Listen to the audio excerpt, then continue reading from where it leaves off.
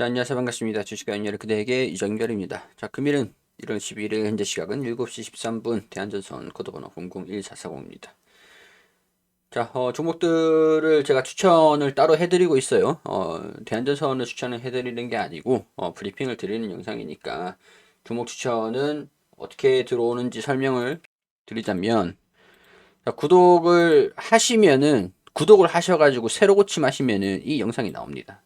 구독하셔가지고 새로 고침하시면 이 영상 나오는데 이 영상 클릭하셔가지고 들어오시면 됩니다. 자, 좀 추천주를 드리면 매매를 좀 하고 계시는지 모르겠어요. 자, 일단 시황도 계속 제가 써드리고 있는데 국내 증시가 지금 시장이 계속 안 좋죠. 근데 또 오늘 외국인들이 매수세를 또 보여줬습니다. 근데 종목들은 다 하락을 했어요, 오늘. 어제 또 매도를 해서 반등이 나왔는데, 어제는 보면은 매도를 했어요. 살짝 반등이 나왔죠. 외국인이 진짜 영악해. 외국인들 입장에서 봤을 때는 환율이 하락을 하면, 환율이 강달러가 되면, 달러가 강세 흐름들을 보여주면은 외국인들은 그냥 달러를 가지고 있는 것만으로도 수익이거든요. 근데 원화를 굳이 국내 시장에 들어온다. 국제 금리도 상승을 하고 약간 미국발 조기 긴축 우려, 유동성 장세가 끝난다.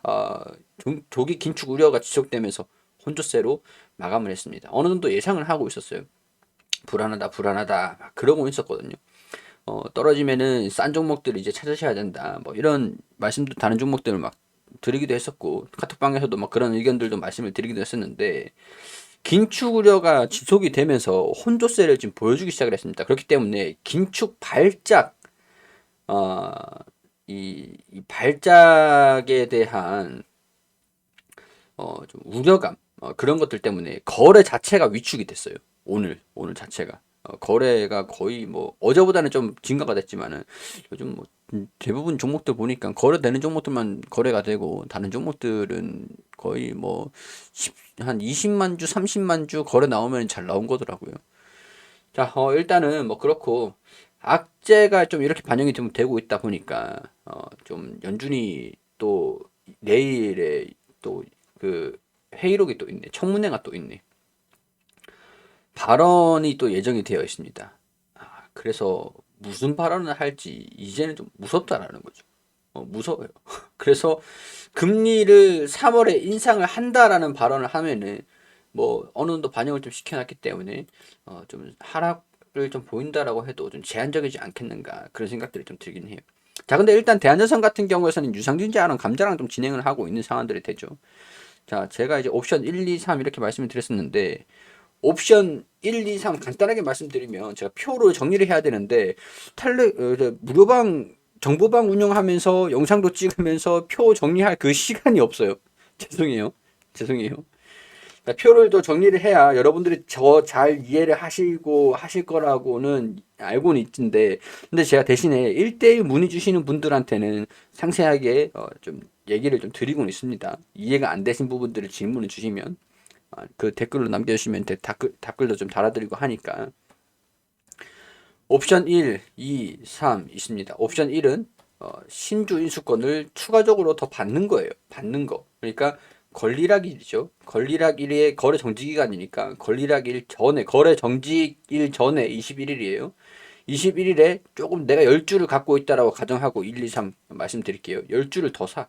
권리락 끝나고 거래 정지 기간이니까 거래락 끝나고 거래가 재개가 된 날, 거래 재개된 날 10주를 팔아요. 10주를 사고 10주를 팔아요.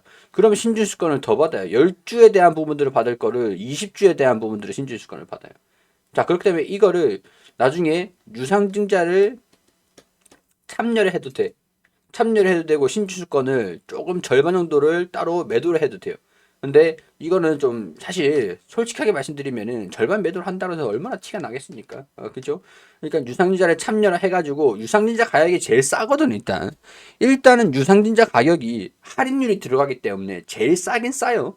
싸기 때문에 유상증자를 참여를 한 다음에 청약을 하고 자 유상증자 이 상장 2일 전에 권리 공매도를 해가지고 공매도를 해가지고 내가 계좌 잔고로 현금으로 입금을 받는 거다. 이렇게. 자, 뭐 어려운 거 없잖아요. 조금 더 사가지고 21일에 좀 더 사고 거래 재개됐을 때 10일 날 좀 반등 나오면 팔고. 근데 권리락 효과가 한 8% 정도 예상이에요. 계산을 해봐야 되는데 권리락 전날 주가에 따라서 반영이 되는 거라 가지고 한 대략적으로 예상을 하는 거는 한 6%에서 8% 왔다 갔다 하지 않을까 그런 생각들이 좀 듭니다. 아니면 3%? 4%는 못 되려나? 그러니까 전날에 4%가 기준 주가가 1,000원이었는데 4%가 빠져서 다음날 뭐 이렇게 600원으로 시작을 하는 거예요. 자, 일단 뭐 그런 것들이니까 참고로 하셔가지고 이날 싸게 사는 게 중요해요. 가장 싸게 사는 게 중요해요. 싸게 사서 재개됐을 때 반등이 좀 나왔을 때 4% 권리락이다 그러면은 4%가 반등이 나왔을 때 팔아야 본전이겠죠. 무슨 말인지 이해되시죠? 이거 싸게 사서 반등이 나왔을 때 파는 게 장초반 아마 장초반일 겁니다. 장초반이 될 거예요. 그런 논리, 이론적인 부분들. 자, 그리고 유상증자에 청약을 했다. 신주식권 좀 더 받아가지고 현금을 장초반에 이제 확보를 한 다음에 유상증자에 청약을 하잖아. 유상증자에 참여를 할 거 아닙니까? 그죠? 현금을 또 했으니까. 그것도 이거 현금으로 받아요.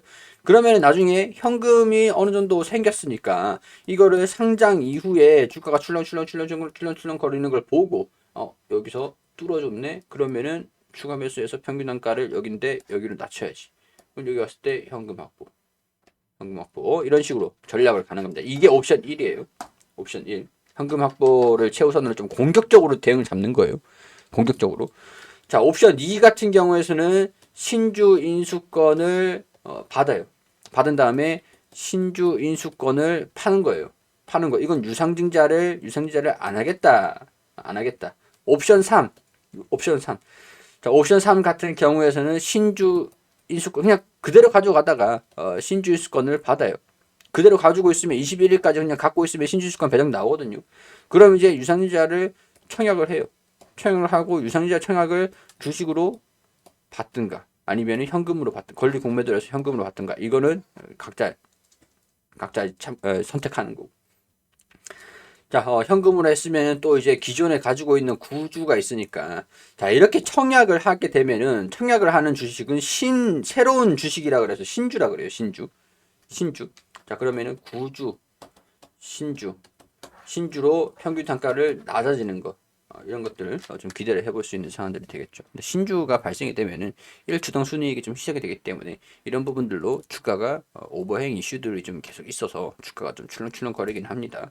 어디로 위로 출렁거릴지 아래로 출렁거릴지는 기업성에 달려 있어요. 근데 기업성이 뭐 장기적으로는 나쁘지 않다라고 얘기는 했죠. 나쁘진 않아요. 근데 어차피 전선 시장은 국내는 어차피 포화였어요. 포화. 안 좋았어요. 원래부터 안 좋았어. 국내 시장 같은 경우에는. 국내에 뭐 땅덩어리가 얼마나 되겠습니까? 인프라도 충분히 형성이 되어 있어요, 지금.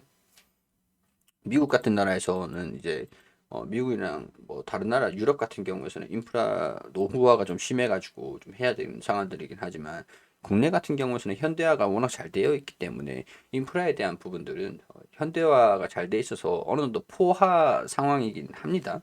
그렇기 때문에 국내에 기대를 하기보다는 외국이 어차피 대한전선도 수주가 대부분 외국이에요. 그래서 국내가 포하더라 이런 거는 뭐 신경을 안 써도 됩니다. 자, 인프라 투자가 늘어야 전선 산업은 이미 성숙기에 들어섰는데 이건 뭐 국내 산업은 신경 쓸 필요가 없어요. 해외 시장 공략 이게 중요한 거예요. 해외 시장 공략. 국내가 포화인데 해외 시장에서 국내 기업에서 내수 기업들보다 수출을 해가지고 외국 달러를 더 잘 벌어오는 기업이 방어도는 더 좋아요.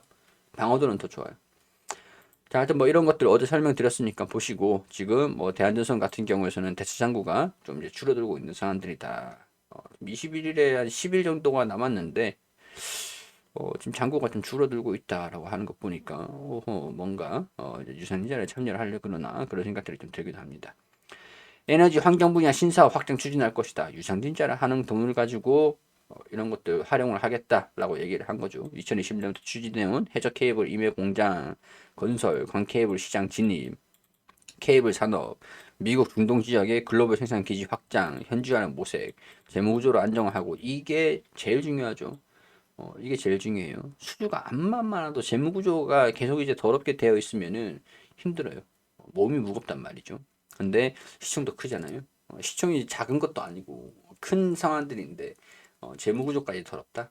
그건 이제 좀 해소를 시킬 필요가 있어요. 그 다음에 이제 미국 중동 지역에 이거 재무구조를 건전화시키기 위해서 실적이 잘 나와야 되잖아요. 그렇기 때문에 국내보다는 미국 중동의 글로벌 거점을 뭐 모색을 한다. 자, 이 거점이라는 게 우리 스타크래프트 하신 분들 계실 겁니다. 멀티가 있는 거랑 없는 거랑 차이가 심하잖아. 멀티가 있어야 미네랄을 거기서 켤 거 아닙니까? 그런 거라고 생각하시면 될 것 같아요. 자, 이런 것들 성장 동력을 가속화할 수 있는 기회는 지금이다라고 판단을 해서 유상증자를 하기 위해서 감자를 해서 이렇게 진행을 하는 거기 때문에 이 기업이 나쁜 기업이냐? 그건 이제 개인적으로는 여러분 각자 사람들마다 판단하는 기준이 틀리기 때문에 저 같은 경우에서는 개선이 된다라고 하면 이렇게 해가지고 개선이 돼. 그래서 만약에 주가가 올랐어. 개선되는 효과 때문에 일주당 순이익이 증가돼가지고 주가가 좀 올랐단 말이죠. 그러면은 뭐 나쁘지 않은 상황들이 아닌가. 그러니까 조건부가 붙는 거죠. 개선을 시킬 수 있다라고 한다면. 근데 개선을 하려고 노력을 한다라고 하잖아요. 그런 생각이라고 합니다. 자, 호반건설 어제 제가 말씀을 드렸는데 아직 고발 확정된 건 아니다. 최종 제재 결정이 났는데 아직 고발은 확정된 것 아니다라고 합니다. 그래도 불확실성 완전히 해소된 건 아닌 것 같습니다. 옥점 규제, 공정거래에 관한 법률, 공정거래법 위반. 이게 대주주의 지분이 20% 이상이냐, 거기에 따라서 내부 거래가 있냐 없냐 막 그런 것들을 하는데 약간 이게 계열사 신고 누락한 게 의도적이냐 비의도적이냐 그런 얘기들을 지금 따지고 있는 상황들인 것 같습니다. 정확하게는 저도 이제 찾아보진 않았는데 뭐 그렇게 크게 뭐 중요한 내용들은 아닌 것 같고 간접적인 내용들이 좀 될 수는 있을 것 같은데 뭐 대한전선 입장에서는 뭐 이것 때문에 직접적으로 막 주가가 막 떨어질 것이다 그런 것들보다는 뭐 뭐라고 어떻게 설명을 해야 될까요? 그러니까 어, 대한전선을 밀어주는 백이 좀 다른데 신경을 쓴다고 신경을 좀 못 써준다? 약간 그렇게 이해를 하시면 될 것 같아요. 뭐 지식적인 내용들은 아니니까. 유선인자를 잘 하고 재무 개선만 좀 해준다라고 한다면 이게 여기에서 나타내준다라고 한다면 어, 나쁘진 않을 거라고 예상을 합니다. 자, 개선이 되는 모습들이 보여줘야 된다라는 조건부가 중요하죠. 자, 4분기에 대한 실적 발표도 이제 6월 달쯤 되면 나와 줄 텐데 이 실적도 좀 수주가 좀 많은 상황들이기 때문에 실적이 좀 개선이 된다라고 하면은 유상증자 기간 이 한 2월 달, 3월 달 유상증자 기간 내에 상장하기 전에는 좀 발표가 되겠네요. 상장한 후에도 주가 움직임도 실적이 좀 잘 나와준다라고 하면은 물량들 무난하게 좀 소화하는 모습들 보여줄 수도 있지 않을까 그런 생각들이 좀 들기도 합니다. 자, 이런 포인트들 참고하셔가지고 여러분들 매매하시는 것도 참고하셔가지고 현명하게 잘 결정하셨으면 좋겠다라고 말씀을 좀 드리도록 할게요. 종목들을 추천드리는 건 아니고 여러분들 판단하실 수 있도록 설명드리는 거다라고 말씀을 드렸죠. 종목 추천은 따로 해드리고 있으니까요. 필요하신 분들은 들어오시고 도움되셨다면 구독과 좋아요 부탁드릴 수 있도록 하겠습니다.